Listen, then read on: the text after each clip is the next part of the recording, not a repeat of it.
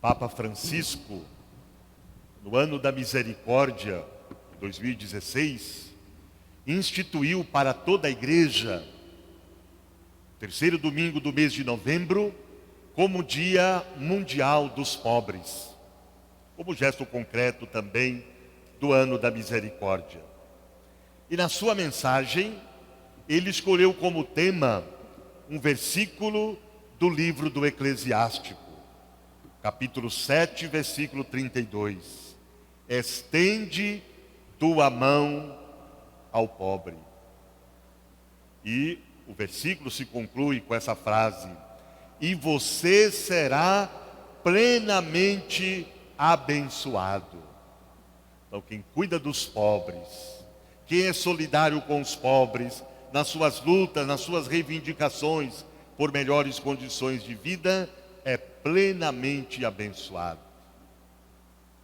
Cada vez mais os pobres devem ocupar o centro da ação pastoral, da ação evangelizadora da igreja. E muitos poderiam fazer essa pergunta: o que a igreja faz pelos pobres? Na sua história, ela sempre fez e ela continua fazendo. Quantos projetos sociais, assistenciais e promocionais da igreja? Veja, por exemplo, o projeto Irmã Dulce, lá na Bahia, e hoje é Santa Dulce dos Pobres, esse projeto criado por ela, que continua. O projeto também da Madre Teresa de Calcutá, que continua. Então nós temos muitos projetos sociais, assistenciais e promocionais, projetos de inclusão social que a igreja realiza ou que a igreja apoia, ela faz parceria também. Temos as cáritas diocesanas, temos as associações caritativas nas paróquias. Nossa paróquia tem associação caritativa. Temos as pastorais sociais.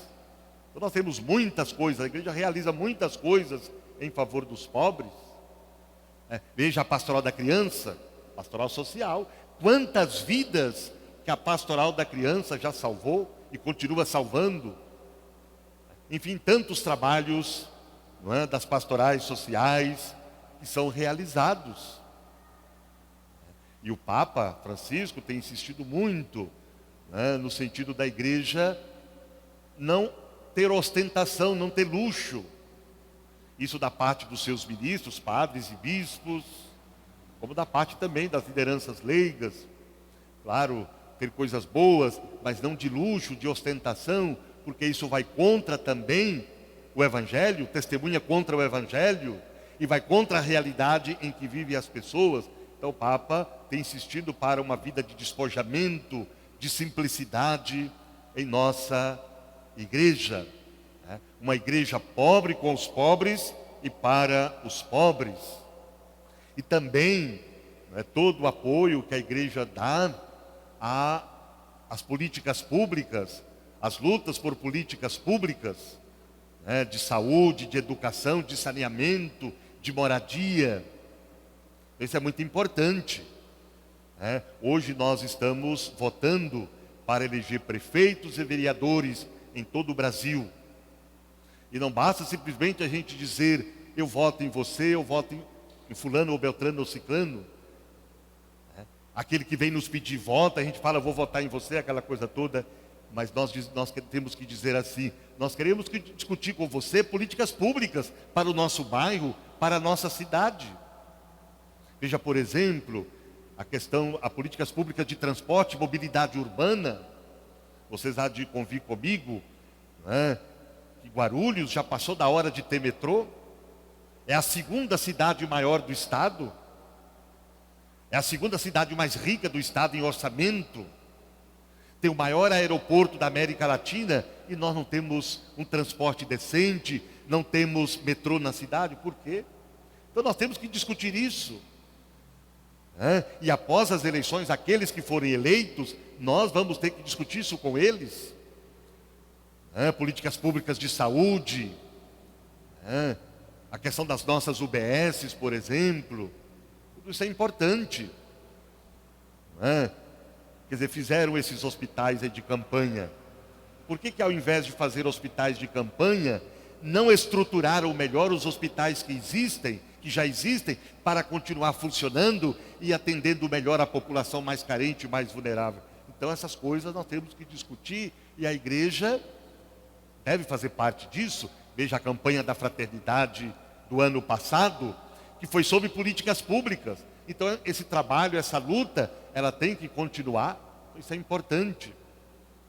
E não podemos esquecer também outra coisa importante da nossa igreja, é o Hospital Barco Papa Francisco, que foi uma iniciativa do Papa Francisco para a região amazônica, as populações ribeirinhas.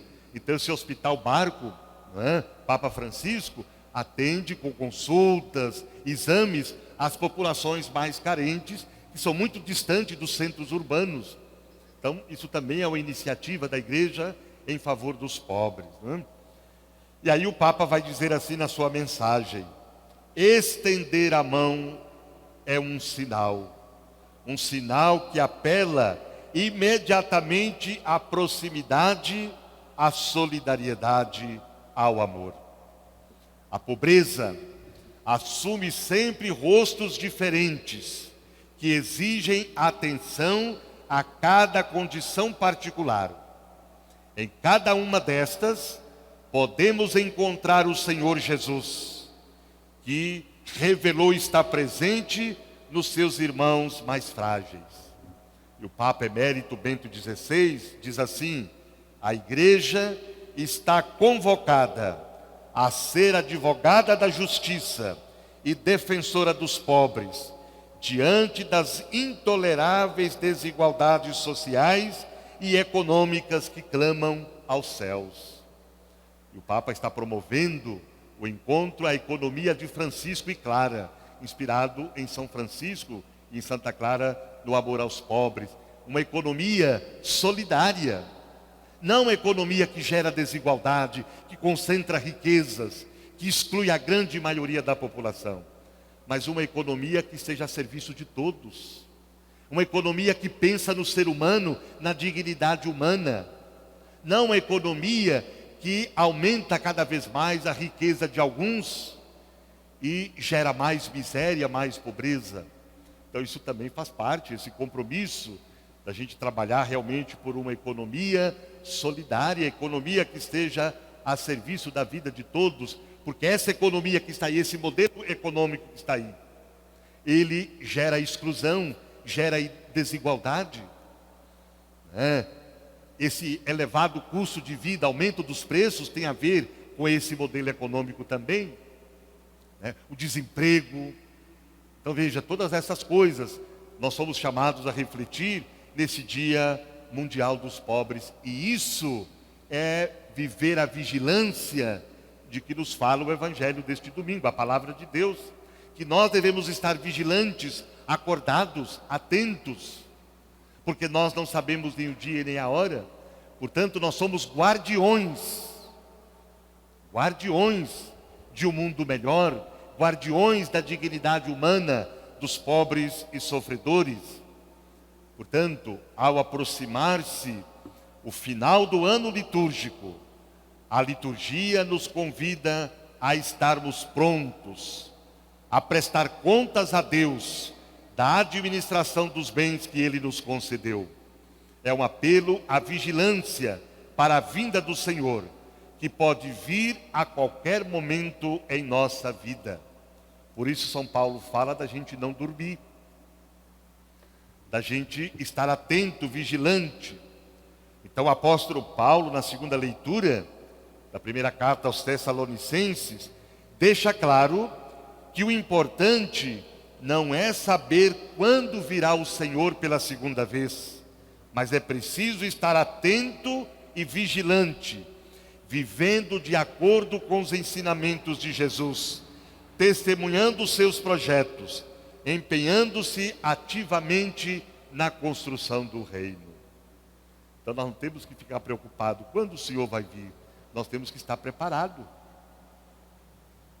Não deixar as coisas para depois. O ano que vem. o ano que vem eu me converto. Não, é hoje que nós temos que nos converter. No Natal eu vou me confessar e eu vou fazer as pazes com fulano, com Beltrano, com Ciclano. Eu vou superar esse desejo de vingança, esse ódio. No Natal eu vou me transformar. Não, é agora. Quem te garante que você vai estar vivo no Natal? Então, para Deus não existe o depois. É hoje. Para Deus um dia é como 1000 anos e 1000 anos é como um dia. Então é hoje ou é nunca.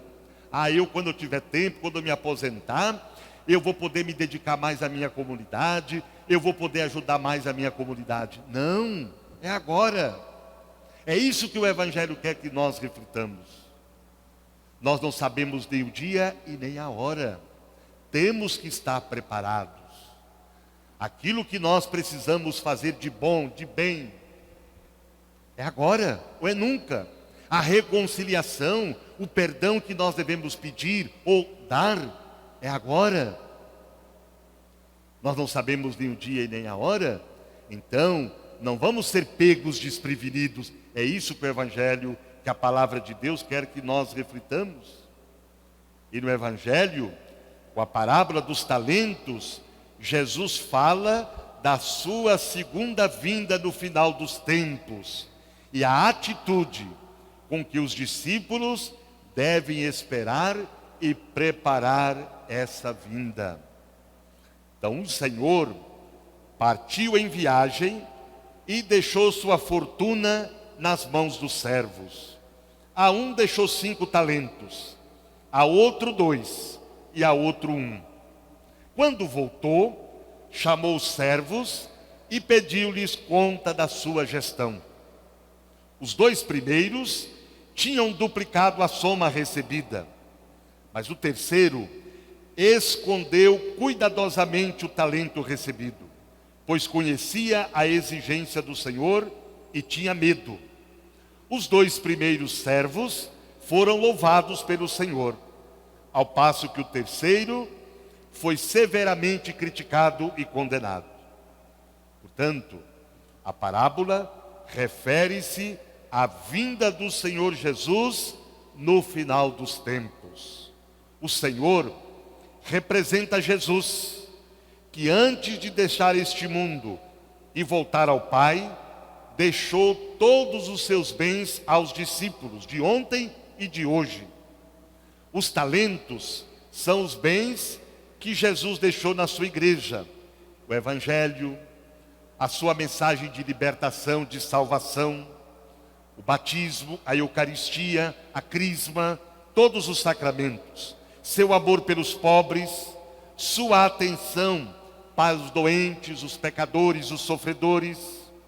Os servos depositários desses bens são os discípulos de Jesus. Somos todos nós que devemos produzir na medida de nossas possibilidades. Então veja, embora distribuídos em quantidades diferenciadas, 5, 2 e 1, a parábola mostra que ninguém ficou desprovido de bens. Cada um recebeu os talentos de acordo com a sua capacidade. Se todos recebem, todos têm algo a partilhar, a trabalhar ou a fazer frutificar. Os servos, a quem ele confia os valores do reino, devem acolher os seus dons e pô-los a render, a fim de que o reino seja uma realidade. Porque no reino, ou está completamente comprometido, ou não está. O Senhor quer saber o que fazemos com seu Evangelho a nós confiado. Quem multiplicou os talentos, gerou vida, edificou o reino. É isso que ele quer saber. Se nós realmente estamos testemunhando o Evangelho, se nós estamos espalhando o Evangelho da vida, da esperança, da justiça, do amor e da paz. Não há espaço para pessoas omissas indiferentes, acomodadas, medrosas e preguiçosas. O Senhor quer que os dons confiados a todos nós, de acordo com a nossa capacidade, sejam usados em prol da justiça, da paz, dos direitos humanos, do amor, tornando o mundo mais humanizado e parecido com o reino. No finalzinho do Evangelho, diz assim: a todo aquele que tem será dado mais, e terá em abundância, mas daquele que não tem, até o que tem lhe será tirado. Então o Evangelho não propõe a perpetuação das desigualdades, mas está acentuando a natureza da igreja, da comunidade cristã. Só pode participar dela quem faz frutificar e multiplicar o que lhe foi confiado. A quem muito foi dado, muito será pedido, muito será exigido. E daquele que não tem, até o que tem lhe será tirado. É isso, quer dizer, foi-te confiado uma missão. Você não assumiu essa missão, então ela vai ser tirada de você e vai ser dada para outro. É nesse sentido que o texto está dizendo: aquele que tem será dado mais, e terá em abundância, e daquele que não tem, até o que tem lhe será tirado. Então é nesse sentido, está ligado ao compromisso com o reino, a colocar os dons a serviço. E aí o Evangelho termina dizendo: aí haverá choro e ranger de dentes. A pessoa, a própria pessoa que se exclui, que recusa ao projeto de Deus, não é castigo, mas consequência. Jogai-o lá fora na escuridão, aí haverá choro e ranger de dentes. É consequência, porque ele não colocou seus dons a serviço. Ele não usou as capacidades, os dons que Deus deu, não canalizou tudo isso para o bem, para a justiça, para a paz. Então é nesse sentido. E aquele que recebeu um talento e enterrou, ainda tinha uma ideia errada de Deus. Uma ideia de um Deus vingativo, de um Deus que castiga, de um Deus que é severo. Deus não castiga, Deus não vinga, Deus não é severo. Quem planta vento, colhe tempestade, é isso. São as consequências. Então, quando nós recebemos tantos dons de Deus e não colocamos esses dons a serviço, então o que pode acontecer? Então, é nesse sentido que nós devemos refletir. Então, no final de nossa vida, o que desejamos ouvir? Servo bom e fiel, vem participar da minha alegria? Ou servo mau e preguiçoso, servo inútil, jogue-no fora na escuridão, onde haverá choro e ranger de dente? A escolha será nossa. Portanto, a parábola mostra a grande responsabilidade de quem se omite, deixando que os bens do Senhor permaneçam infrutíferos, privando desta forma a comunidade e o mundo dos frutos a que tem direito. É preciso deixar o medo de lado, o comodismo, a preguiça. O medo paralisa. Temos que nos arriscar em Deus.